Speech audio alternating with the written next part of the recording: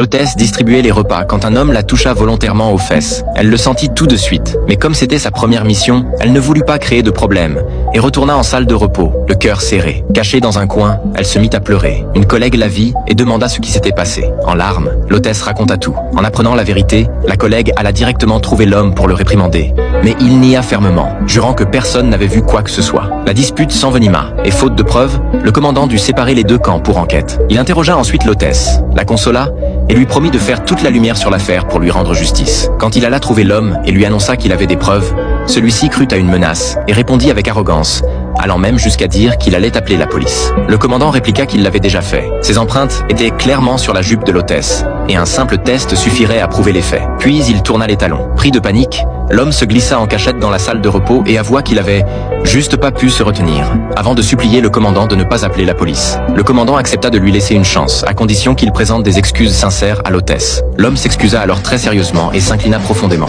Le commandant demanda à l'hôtesse si elle acceptait ses excuses.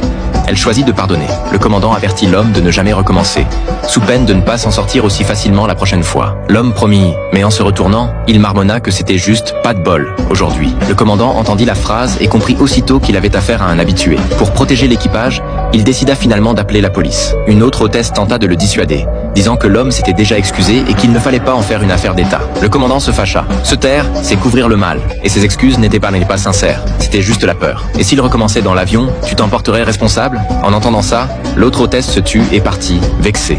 À l'atterrissage, les policiers montèrent à bord et arrêtèrent l'homme devant tout le monde. Il recevra finalement la punition qu'il mérite.